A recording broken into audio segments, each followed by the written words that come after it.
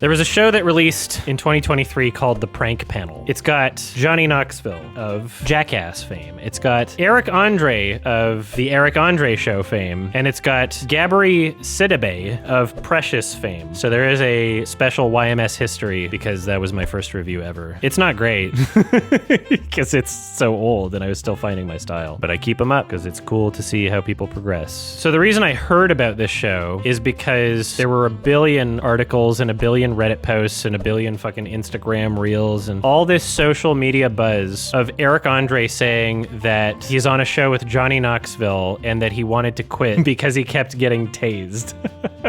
And he actually tried to quit a couple times. It's real. That's a real thing about the show. And there's some points in the show where you see these things happening, where they eventually devolve into pranking each other, even though that's not what the show is about. But about halfway through it, they start pranking each other and retaliating. God! That's for getting me wet. What did I do? I didn't you do squirted that. me from under I the didn't thing. squirt you. You okay? Like, okay, well, don't come at me. I won't come at you. Right? It was okay. It was It was an escalation, though. It was water versus being stunned, like electrocuted. Yeah.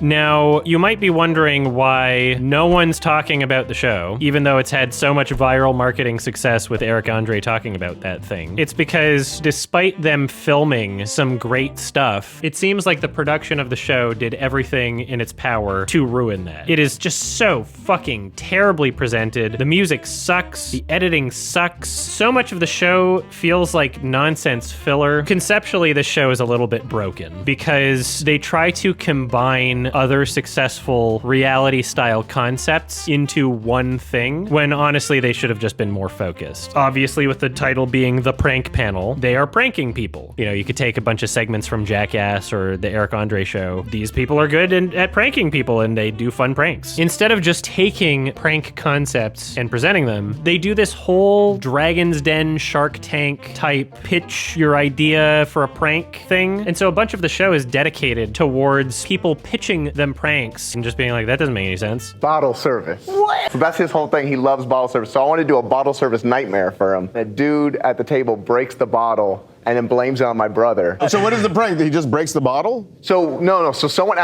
else breaks the bottle and blames it on my brother for breaking the bottle. And it's not that entertaining. It just feels like insane filler. You could just start it with the pranks. And episode 1 is really, really slow because of this. In terms of how much footage they had that was usable, that works for creating a good show, I would say about 30% of the whole show should have been used. 70% of it, you should have cut it. That should have been on the cutting room floor. Kind of embarrassing, honestly. As I was watching this show, I got reminded of Just for Laughs gags. Not because this is anything like it, but because it's so much unlike it. Just for Laughs gags is a Montreal-based prank show that you can find a lot of pranks on YouTube for. They are very simple. None of them have dialogue, so they're very universally appealing to many different languages. And a lot of their successful ones are just making people question their reality.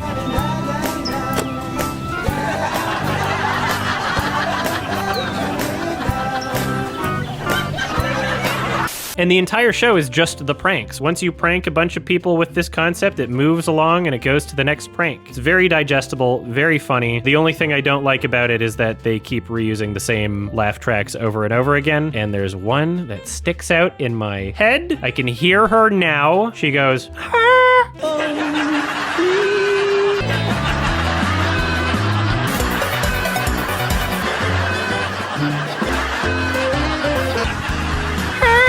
There's one lady in one of the laugh tracks at one moment, and every time they use it, there's one that sticks out. The rest of the laugh tracks are serviceable, but there's one that's so distinct that every time they play it, it's weird. Great prank show, though. Check it out on YouTube. What is very bizarre about this show is not only does it have an identity crisis by mixing pranks and essentially Shark Tank, just two things that don't go together at all. Even the tone of the show seems confused as to what it's trying to be. There's an actor who appears on the show semi-frequently, and he's kind of a Tim and Eric type casting choice. Weird old guy. Somebody who you'd imagine wouldn't get a job outside of being an extra, but is just there on the screen saying things, and it's kind of funny because they're weird. Please welcome Alan. Alan Katz. I have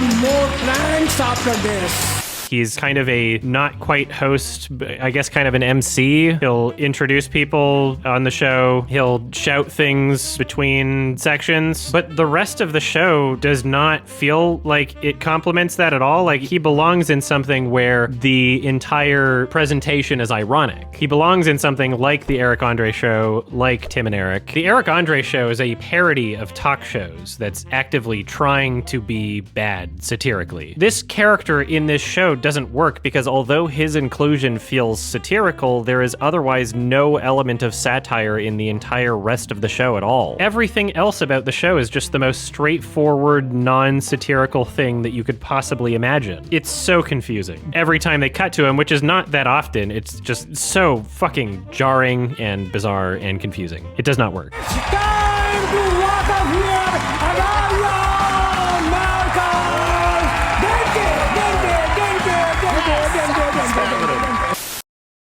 There are some episodes in the show that are just absolute flops. There's multiple pranks in the show that just don't work. And when I say don't work, I mean the person that they were supposed to prank figures out that it's a prank or gets spoiled beforehand. And they still keep all of it in the show. And it's just like, well, I guess that didn't work, which is not entertaining. It just feels like padding. Just stick with the good footage that you got. And there is great footage because some of the pranks are fucking fantastic. There's several pranks in this show that are very much worth watching. The clown prank is fantastic. That one was great. Great characters and great execution overall. And despite that being one of the great pranks, the show still tries to ruin it. Because of how much padding there is, they wind up over-explaining every single detail of every single thing, and it's always just so unnecessary. In this prank, they actually did a bit of a reverse pranking where the mom was the one who pitched to the prank panel, but they decided to let her son in on it so that they could prank her without her knowing, and they spoil it by telling us that before the prank has even started. After agreeing to do Susanna's prank, we decided it's pretty good for a reverse prank. So she was once the prankster, and then she became the mark. All bad. And after watching the entire prank, there was no reason whatsoever why they needed to explain that. They could have revealed it for the audience at the same time as it was revealed for the mom. They could have had us maybe thinking that things were going wrong and then have us have the same experience that she did of like, oh, the prank's going wrong. Oh, but it turns out the prank was on me. There was absolutely no reason why they needed to explain that. It was weird. It genuinely feels like this show is doing everything in its power to make the footage they filmed worse. There's a bunch of pranks in this show that are not funny, and there's at least one that is just so fucking incredibly mean-spirited, I don't know why they aired it. Like, these two are a couple, and the prank is, oh, I had a secret family and I'm going to reveal this on a talk show. I've been cheating on you the entire time and I had a kid with someone, and they just let it play out, and it's not like you're getting a good reaction out of the other guy. He's not doing anything funny. There's no joke to it. It's literally just torturing someone. It's the mother of my son.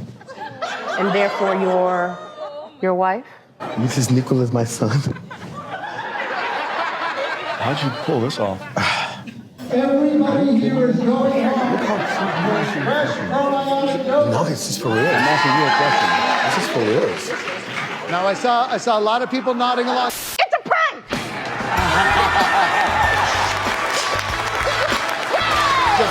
It is borderline dystopian, and it feels not self-aware in the slightest. It is embarrassing. It is cringe. I don't understand why they put that in the show. Now, with Gabourey Sidibe being in the show, and my only real experience with her being from Precious and some random voice acting that she's done, I wasn't really expecting to enjoy her that much, but she was a fun addition to the show, especially as it went on. She got very petty, and she was just a fun character to have in the main cast of prankers. She's a bit shy. What? No, She's a no, bit no, shy. no, it's best that they sit down. Oh.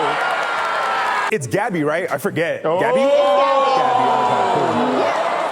Let me get to my job that y'all had to audition to be on. Let me just get to my job. I'm so good to see you. I'm really glad you showed up today. Loved your pitch. Roll that. There's a bunch of executive producers on this show, including Eric Andre and Johnny Knoxville, but also Matt Silverstein and Dave Jesser, who created Drawn Together. Jimmy Kimmel is producing the show as well. You would think with how many names are attached to it and how much obviously went into getting this set up, that this wouldn't be such an unpopular show that nobody watched. There's under 500 ratings on IMDb right now. The first episode came out in May. Nobody's seen this. Very sad. And the show is to blame for more people not talking about it. A lot of the pranks they kept in the show, even though the people reacting did not give any kind of funny reactions. They just kind of seemed stressed, like a little upset. That's about it. Just a little confused and stressed and depressed. No great reactions. He killed my pony. You killed a pony? No, I did not kill a pony. Rick, this guy killed a pony. You're taking this truck. Can you please not take my truck? I just don't need this to go, please. The wedding prank was great. That was a very enjoyable one. One of the people who pitched a prank is a furry, and he's not like a furry that you wouldn't know is a furry. He's a very much like uwu, doesn't seem to interact with the real world kind of furry, and that's why they accepted his prank, is so they could have that. Hello, nice to see you. How was the hospital, Woo? Keep on voting. You're going to get elected, Dario. Thank you. Vote for me, Woo. I mean, even if you see a mascot at a basketball game, you're going from 6 to midnight. Oh, no? if they're cute enough, I will respectfully look at them. Everybody's gonna get a gift. Yay! With their consent. He is just being completely embarrassing, unprompted on his own. And despite this guy being a real furry, in his prank to prank his friend, all the other fursuits that they used are just really obvious AliExpress type knockoff fursuits. They're not real fursuits. Some of them are pretty direct ripoffs of existing furries, existing people in the furry community, their characters, and it's just in this show. And he probably should have told them something. Maybe he did. Maybe the show is okay with it. They pretty much just got this guy on the show just to be obnoxious. He's the most obnoxious example of a furry you could find. Uwu is the word of the day, so is oh whoa. These are common phrases we say, uwu and oh whoa. Uwu's a little cuter, oh who's a little more alert. Sometimes horny. We have our paws like this a lot, so we love to be like playful animals, like a dog who's always excited. That's what a furry is. It's always excited doggy. He's never worn a fursuit, ever. Yeah. Ever, everybody. Yes. Awoo, awoo, awoo. Sniff, sniff, sniffies. Sniff, sniffies. Oh, you guys are cute. They're adorable. Hello, yes. Maybe I can come hug everybody. May I hug you? I'm gonna hug. Hello. Not representative of furries in general. It was very exploitative, and they tried to make it seem okay by giving him a really baggy fursuit at the end. And the tone of this is just absolutely bizarre.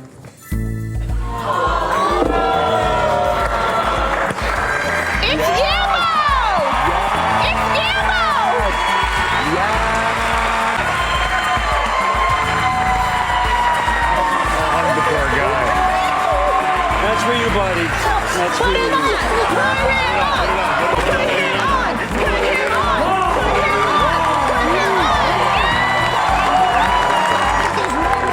Like, whoa, he got his fursuit, yay! And that's how they end the show. He got a fursuit. The cast gave him a fursuit because they feel bad for him or something. It's not custom fitted. They did not use the duct tape dummy method. They don't understand the culture. I was cringed. I cringed. I became the cringe. It was very upsetting. I did not enjoy that whole segment. The show was worth watching for the good pranks, but don't expect a good show. I would never watch the show again, really. 3 out of 10. If they want a season 2 of this, they need to entirely restructure how this is presented. They need to do a huge fucking overhaul. Keep Johnny Knoxville, keep Eric Andre, keep Gabrielle Sidibe. Just don't include every single prank. Don't include the whole panel aspect. Keep the same title, just don't include the panel anymore. No one will complain. Your show will do better. Have better music. Just be more selective about what you're including. How can you honestly release so much of the footage in this show? It's genuinely unusable. You released unusable footage, and then the good footage you made worse by terrible editing and presentation choices, just over-explaining everything and just ruining everything. 3 out of 10, bad show that I watched all the way through. Cameo.com/ADUM. I hear you're turning 25. You're probably a pedophile. I do birthdays. I do weddings. I do funerals. I do anniversaries. Dear Adam, please roast my husband. I do not love them anymore. Their favorite film is Call Me By Your Name. Call Me By Your Name, more like Call Me By Your Gay. Tell me their interests so I can make it personal. George Orwell, more like George Snorwell. Ooh. I will say anything that is not against terms of service. Hey, your friend wanted me to let you know you're just bad. Everybody's been trying to tell you, and nobody's really found the words to say it. You're just bad. And you're probably a pedophile. I will roast the shit out of your grandma. I can even give them the finger. That's bad. Guarantee them that this Christmas, the turkey will not be the only roast.